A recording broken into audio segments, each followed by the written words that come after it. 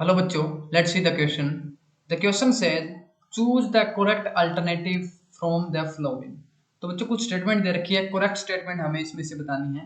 A option is ketone are more reactive than aldehyde toward nucleophilic substitution reaction. B option is aldehyde are more reactive than ketone toward nucleophilic substitution reaction. And C is formaldehyde is least reactive carbonyl compound toward nucleophilic substitution reaction, and D is steric hindrance does not play a role in the effect of reactivity of carbonyl compound toward nucleophilic addition reaction. तो बच्चों हमें यहाँ पे पहले बात करेंगे की concept that is reaction mechanism of aldehyde and ketone. पहली स्टेटमेंट में क्या दे रखा है बच्चों कि जो कीटोन होते हैं वो मोर रिएक्टिव होते हैं एल्डिहाइड से टुवर्ड सब्स्टिट्यूशन रिएक्शन. ठीक है बच्चों, तो होता क्या है बच्चों, जो कीटोन्स होती है उसके ऊपर क्या लगे हुए हैं बच्चों, हमारे पास क्या होते हैं, बड़े बड़े ग्रुप लगे हुए होते हैं जिसको हम बोलते हैं टू बिग सब्स्टिट्यूट लगे होते हैं कीटोन के ऊपर, जिसकी वजह से क्या होगा वहां पे क्या है स्टीरिक हिंड्रेंस होगी, और हम बोल सकते हैं इलेक्ट्रिकल रीजन के कारण हमारे पास क्या होगा बच्चों, वो कीटोन है वो क्या है बच्चों लेस रिएक्टिव होते हैं किससे, एल्डिहाइड से.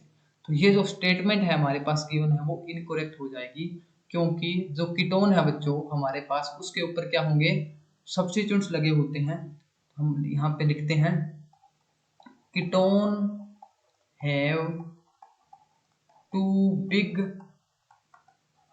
Substitute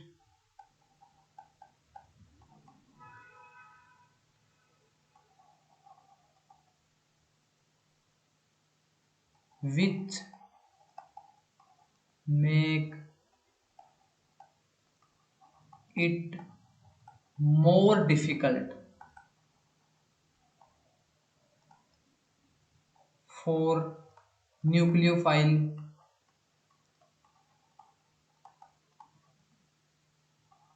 to access carbonyl carbon. तो बच्चों यहां से क्या पता चला हमें कि जो कीटोन है हमारे पास उसके ऊपर क्या है दो बड़े ग्रुप लगे होते हैं, जिसकी वजह से स्टीरिक और हमारे पास क्या है और इलेक्ट्रिकल हिंड्रेंस होगी वहां पे, जिसकी वजह से क्या होगा बच्चों जो हमारे पास जो न्यूक्लियोफाइल है वो क्या है कार्बोनिल कार्बन को एक्सेस नहीं कर पाएगा, जिसकी वजह से उसकी रिएक्टिविटी है एज कंपैरिजन टू एल्डिहाइड वो क्या होती है कम होती है. बट यहाँ पे मोर लिखा हुआ है तो ये स्टेटमेंट क्या होगी बिल्कुल इनकरेक्ट होगी. सेकंड स्टेटमेंट क्या है, एल्डिहाइड आर मोर रिएक्टिव. तो अभी हमारे पास यहाँ पे हमने बात की कि जो कीटोन्स होते हैं उसके ऊपर क्या लगा हुआ है बच्चों, दो बल्कि ग्रुप लगे हुए हैं बड़े, जिसकी वजह से वहां पे क्या है उसकी रिएक्टिविटी कम हो जाती है. तो यहाँ पे जो स्टेटमेंट है वो बिल्कुल सही है, एल्डिहाइड की क्या बिल्कुल ज्यादा होती है, कीटोन्स की कम होती है टुवर्ड न्यूक्लियोफिलिक सब्स्टिट्यूशन रिएक्शन. तो ये स्टेटमेंट अपनी बी बिल्कुल करेक्ट होगी. सी स्टेटमेंट में क्या दे रखा है बच्चों कि जो हमारे पास जो क्या है बच्चों फॉर्मेल्डिहाइड के is less reactive carbonyl compound toward nucleophilic substitution reaction. तो जो हमारे पास फॉर्मेल्डिहाइड होता है दैट इज HCHO, इसके अंदर बच्चों कोई भी अल्काइल ग्रुप नहीं लगा हुआ होता है. ठीक है बच्चों, कोई भी अल्काइल ग्रुप नहीं लगा हुआ होता है. Due to absence of any alkyl group in formaldehyde it is most reactive compound in carbonyl family. तो बच्चों ये क्या है, इसके ऊपर कोई भी किसी प्रकार का अल्काइल ग्रुप लगा हुआ नहीं होता है, तो ये क्या है सबसे ज्यादा रिएक्टिव होता है पूरी कार्बोनिल फैमिली के अंदर. तो यहाँ पे लिस्ट लिखा हुआ है तो ये स्टेटमेंट अपनी हो जाएगी बच्चों इनकरेक्ट हो जाएगी. और यहाँ पे डी के अंदर क्या दे रखा है बच्चों, steric hindrance does not play a role to effect of reactivity. तो अभी जो फर्स्ट स्टेटमेंट है उसके अंदर हमने देखा था कि जो कीटोन है उसके ऊपर क्या है बच्चों बिग बल्कि ग्रुप लगे होते हैं, जिसके कारण स्टीरिक हिंड्रेंस होती है जो कि आपकी रिएक्टिविटी के अंदर बहुत इंपॉर्टेंट रोल प्ले कर रही थी. यहाँ पे लिखा है नोट प्ले, तो ये भी स्टेटमेंट क्या होगी बच्चों आपकी इनकरेक्ट हो जाएगी. तो अपना जो करेक्ट आंसर यहाँ से क्या बनेगा दैट विल बी बी. जो एल्डिहाइड होते हैं बच्चों वो हमारे पास मोर रिएक्टिव होते हैं कीटोन से टुवर्ड न्यूक्लियोफिलिक सब्स्टिट्यूशन रिएक्शन।